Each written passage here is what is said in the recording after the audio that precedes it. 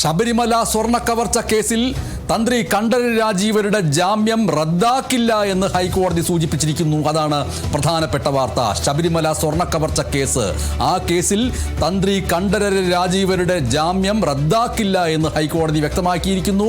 അന്വേഷണ സംഘത്തിനെതിരായിട്ടുള്ള കൊല്ലം വിജിലൻസ് കോടതിയുടെ പരാമർശങ്ങൾ നീക്കാം എന്ന് കോടതി വ്യക്തമാക്കുകയും ചെയ്തിരിക്കുന്നു. വളരെ പ്രധാനപ്പെട്ട ഒന്നാണ്. കാരണം പ്രത്യേകിച്ചും കഴിഞ്ഞ സർക്കാരിൻ്റെ കാലഘട്ടത്തിൽ അതിലെ പ്രധാനപ്പെട്ട 5 വർഷങ്ങളിലും ഏറ്റവും പ്രധാനപ്പെട്ട ആരോപണമായിട്ട് ഉയർന്നു വന്നതും ഒരുപക്ഷെ ഈ സർക്കാരിനെ അധികാരത്തിലേറ്റാനും കഴിഞ്ഞ സർക്കാരിനെ അധികാരത്തിൽ നിന്ന് പിന്തള്ളാനും കാരണമായ പ്രധാനപ്പെട്ട ഒരു വിഷയം ശബരിമല സ്വർണ്ണ കവർച്ചയാണ്. പോച്ചിയെ കയറ്റി അടക്കമുള്ള ആ മുദ്രാവാക്യങ്ങൾ വലിയ രീതിയിൽ ഉയരുകയും ചെയ്തിരുന്നു.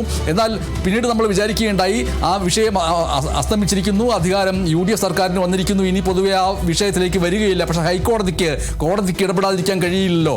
എന്തായാലും ഡി ബിനോയ് വിവരങ്ങൾ നൽകുന്നു. ഡി ബിനോയ്, ശബരിമല സ്വർണ്ണ കവർച്ച കേസിൽ തന്ത്രി കണ്ഠരര് രാജീവരുടെ ജാമ്യം റദ്ദാക്കില്ല എന്ന് ഹൈക്കോടതി സൂചിപ്പിച്ചിരിക്കുന്നു. അതിന്റെ വിശദാംശങ്ങൾ എന്തൊക്കെയാണ്? ഒപ്പം തന്നെ ഈ അന്വേഷണ സംഘത്തിനെതിരായിട്ടുള്ള കൊല്ലം വിജിലൻസ് കോടതിയുടെ പരാമർശങ്ങൾ നീക്കാമെന്ന് സൂചിപ്പിച്ചിരിക്കുന്നു. എന്തൊക്കെയായിരുന്നു ആ പരാമർശങ്ങൾ? ശബരിമല സ്വർണ്ണപ്പാളി വിവാദവുമായി ബന്ധപ്പെട്ട കേസിലെ 13ാം കക്ഷിയാണ്, അല്ലെങ്കിൽ 13ാം പ്രതിയാണ് തന്ത്രി കണ്ഠരര് രാജീവർ. അദ്ദേഹത്തെ കഴിഞ്ഞ ജനുവരി മാസത്തിലായിരുന്നു അറസ്റ്റ് ചെയ്തത്.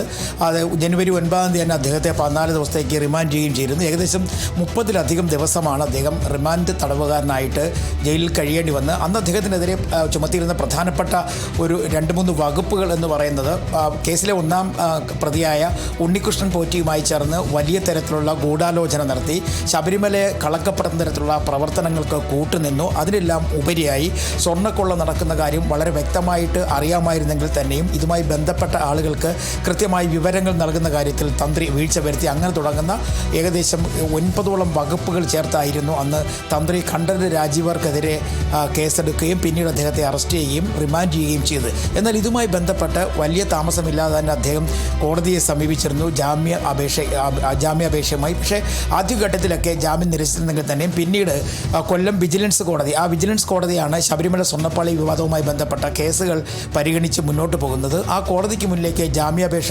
എത്തിയപ്പോഴേക്കും ആദ്യം 2 പ്രാവശ്യം നിരസിച്ചെങ്കിൽ തന്നെ പിന്നീട് ആ ജാമ്യാപേക്ഷ കൃത്യമായി വാദം കേൾക്കുകയും അതിനുശേഷം ജാമ്യം നൽകിക്കൊണ്ടുള്ള വിധി പറയുമ്പോൾ പ്രധാനമായും പറഞ്ഞത് തന്ത്രിക്കെതിരെ ഒരു തരത്തിലുള്ള തെളിവുകളുടെ ഇല്ല, അല്ലെങ്കിൽ അദ്ദേഹം ഒരു തെറ്റ് ചെയ്തതിൻ്റെ ഒരു കണിക പോലും കണ്ടെത്തുവാൻ പ്രത്യേക അന്വേഷണ സംഘത്തിന് കഴിഞ്ഞിട്ടില്ല എന്ന ആരോപണം ഉന്നയിച്ചുകൊണ്ടാണ് അന്ന് തന്ത്രിക്ക് ജാമ്യം നൽകിയത്. ജാമ്യം നൽകുകയും അദ്ദേഹം പുറത്തിറങ്ങുകയും ചെയ്തു. ഇത് പ്രത്യേക അന്വേഷണ സംഘത്തിൻ്റെ സൽപ്പേരിന് വലിയ തരത്തിലുള്ള അപകീർത്തി ഉണ്ടാക്കി എന്ന തരത്തിലായിരുന്നു പ്രത്യേക അന്വേഷണ സംഘത്തിൻ്റെ തലവൻ കൂടിയായ ശശിധരൻ ഹൈക്കോടതിയെ സമീപിച്ചുകൊണ്ട് നൽകിയത്. അദ്ദേഹം പ്രധാനമായും പറഞ്ഞത് കൃത്യമായ തെളിവുകളുടെ അടിസ്ഥാനത്തിലായിരുന്നു തന്ത്രി കണ്ഠരര് രാജീവരെ അറസ്റ്റ് ചെയ്തത്. പക്ഷേ ആ അറസ്റ്റിനെയും ഈ അന്വേഷണത്തെയും കളങ്കപ്പെടുന്ന തരത്തിലുള്ള ഒരു നിരീക്ഷണം വിജിലൻസ് കോടതിയുടെ ഭാഗത്ത് നിന്ന് ഉണ്ടായിരിക്കുന്നു. അത് പിൻവലിക്കണം. പ്രത്യേകിച്ചും തന്ത്രിക്കെതിരെ തെളിവുകളുടെ കണിക പോലും കണ്ടെത്താൻ കഴിഞ്ഞിട്ടില്ല എന്ന് പറയുന്ന കോടതിയുടെ നിരീക്ഷണവും വിമർശനവും ഒക്കെ തന്നെ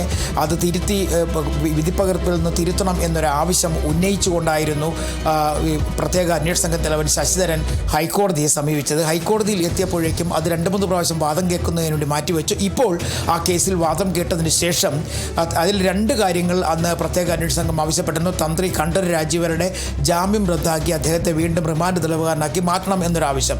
എന്നാൽ ജാമ്യം റദ്ദാക്കേണ്ട സാഹചര്യം ഇപ്പോൾ ഇല്ല എന്ന കോടതി തന്നെ വാക്കാ പരാമർശിച്ചതിനൊപ്പം തന്നെ ഈ തെളിവുകളുടെ കണിക പോലും ഇല്ല എന്നുള്ള വിജിലൻസ് കോടതിയുടെ കണ്ടെത്തൽ അല്ലെങ്കിൽ നിരീക്ഷണം അത് തൽക്കാലം നീക്കം ചെയ്യുവാനും കോടതി നിർദ്ദേശിച്ചിരിക്കുന്നു എന്നുള്ളതാണ് ഇപ്പോൾ പുറത്തു വരുന്ന ഹൈക്കോടതി എന്നുള്ള പ്രധാനപ്പെട്ട വാർത്ത. പക്ഷേ ഇതിൽ നമ്മൾ മനസ്സിലാക്കേണ്ട ഒരു കാര്യം, ഈ കേസുമായി ബന്ധപ്പെട്ടുള്ള അന്വേഷണം വലിയ തരത്തിൽ നീണ്ടുപോവുകയാണ്. ആ കാര്യവും ഇന്നത്തെ കോടതി നിരീക്ഷണത്തിൽ ഉൾപ്പെടുത്തിയിട്ടുണ്ട്. കാരണം ഇപ്പോൾ ഈ സമീപകാലത്ത് എപ്പോഴെങ്കിലും തന്നെ ഇതുമായി ബന്ധപ്പെട്ട കുറ്റപത്രം സമർപ്പിക്കാനോ അതുമായി ബന്ധപ്പെട്ട കേസന്വേഷണം പൂർത്തിയാക്കാനോ കഴിയുമോ എന്നുള്ളൊരു സംശയം കൂടി കോടതി ഉന്നയിച്ചിരിക്കുന്നു. ഇതിൻ്റെ അർത്ഥം ഇപ്പോഴും പ്രത്യേക അന്വേഷണ സംഘത്തിൻ്റെ നീക്കത്തിൽ ഹൈക്കോടതിയിലെ ന്യായാധിപന് വലിയ തരത്തിലുള്ളൊരു സംശയം നിലനിൽക്കുന്ന തരത്തിലേക്കാണ് കാര്യങ്ങൾ പോകുന്നത്. ജസ്റ്റിസ് ബദറുദ്ദീൻ്റെ മുമ്പാകെയാണ് വരെയാണ് ഈ കേസ് എത്തിയിരുന്നത്. അദ്ദേഹമാണ് ഇത്തരത്തിലൊരു നിരീക്ഷണം നടത്തിയിരിക്കുന്നത്.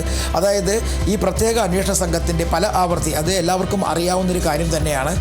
ആദ്യ 2 മാസ കാലാവധിക്കുള്ളിൽ അന്വേഷണം പൂർത്തിയാക്കാമെന്ന് പറഞ്ഞിരുന്നു. പക്ഷേ ആ അന്വേഷണം ജനുവരിയിൽ തുടങ്ങിയ അന്വേഷണം ഏകദേശം ജനുവരിയിലെ ഒക്ടോബറിൽ തുടങ്ങിയ അന്വേഷണം ഏകദേശം മെയ് മാസം അവസാനമായിട്ട് പോലും അത് പൂർത്തിയാക്കാനോ കുറ്റപത്രം സമർപ്പിക്കാനോ പ്രത്യേക അന്വേഷണ സംഘത്തിന് കഴിഞ്ഞിട്ടില്ല എന്നുള്ളത് ഏറ്റവും വലിയ തരത്തിലുള്ള ഒരു ആരോപണമായി നിലനിൽക്കുന്ന ഒരു സാഹചര്യമുണ്ട്. മാത്രവുമല്ല, കഴിഞ്ഞ LDF സർക്കാരിൻ്റെ പതനത്തിന് പോലും വഴിവെച്ചിരിക്കുന്ന തരത്തിലുള്ള ഒരു പ്രധാനപ്പെട്ട ആരോപണം സ്വർണ്ണപ്പാളി വിവാദമായിരുന്നു. കാരണം CPIMൻ്റെ 2 പ്രധാനപ്പെട്ട നേതാക്കന്മാർ ജയിലിലടയ്ക്കപ്പെടുന്നു. അതായത് പഴയ ശബരിമലയുമായി ബന്ധപ്പെട്ട തിരുവിതാംകൂർ ദേവസ്വം ബോർഡിൻ്റെ പ്രസിഡന്റ്, രണ്ട് പ്രസിഡന്റുമാർ, അതായത് A പത്മകുമാറും അതുപോലെ തന്നെ N വാസുവും. അതിന് തൊട്ട് പിന്നാലെ ഇതുമായി ബന്ധപ്പെട്ട് സംഘടനയുമായി, അതായത് ദേവസ്വം ബോർഡിലെ ഇടത് സംഘടനയുമായി ബന്ധപ്പെട്ട ഉദ്യോഗസ്ഥർ വരെ ജയിലിലടയ്ക്കപ്പെടുന്നു. ഇത്തരം പ്രശ്നങ്ങളൊക്കെ തന്നെ വലിയ തരത്തിൽ വിമർശനമായി ഉയരുകയും അത് പിന്നീട് സർക്കാരിൻ്റെ സുതാര്യമായ മുന്നോട്ട് പോക്കിനെ പോലും ചോദ്യം ചെയ്യുന്ന തരത്തിലേക്ക് കാര്യങ്ങൾ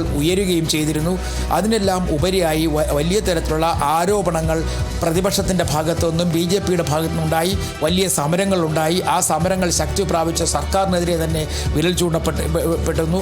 അങ്ങനെ ആ വിഷയങ്ങൾ പോലും ഈ തെരഞ്ഞെടുപ്പിൽ ഉന്നയിക്കപ്പെട്ടത് തന്നെയാണ് UDF സർക്കാരിൻ്റെ രൂപീകരണത്തിനുള്ള ഒരു വഴിവെച്ചതെന്ന് വേണമെങ്കിൽ നമുക്ക് പറയാൻ കഴിയും. അത്തരത്തിൽ UDF സർക്കാരിൻ്റെ രൂപീകരണത്തിന് വഴിവെച്ച ഈ വിഷയം ഇനി UDF സർക്കാർ രൂപീകരിക്കപ്പെട്ടതിന് ശേഷം എങ്ങനെ തുടരാൻ പോകുന്നു എന്നുള്ളത് വളരെ പ്രധാനപ്പെട്ട കാര്യമാണ്. D. ബിനോയ്, നമ്മൾക്ക് ഉച്ചയ്ക്ക് 1 മണിക്കുള്ള വാർത്തയിൽ ഈ വാർത്തയും ഒപ്പം തന്നെ ഈ വിജിലൻസ് ഇതിൽ പ്രധാനപ്പെട്ട ഒന്നായതുകൊണ്ട് സംസ്ഥാനത്തെ സർക്കാർ ഓഫീസുകളിൽ അടക്കം അഴിമതി ഇല്ലായ്മ ചെയ്തതിന് ഓപ്പറേഷൻ തൂഫാൻ, ഓപ്പറേഷൻ സീറോ എന്നീ പദ്ധതികൾ പ്രഖ്യാപിച്ചതിനെ കുറിച്ചുമൊക്കെ നമുക്ക് വിശദമായിട്ട് 1 മണിയുടെ വാർത്തയിൽ സംസാരിക്കേണ്ടതുണ്ട്. എന്തായാലും ശബരിമല സ്വർണ്ണ കവർച്ച കേസിൽ തന്ത്രി കണ്ഠരര് രാജീവരുടെ ജാമ്യം റദ്ദാക്കില്ല എന്ന് ഹൈക്കോടതി സൂചിപ്പിച്ചതിൻ്റെ വിവരങ്ങൾ നൽകുകയായിരുന്നു D. ബിനോയ്.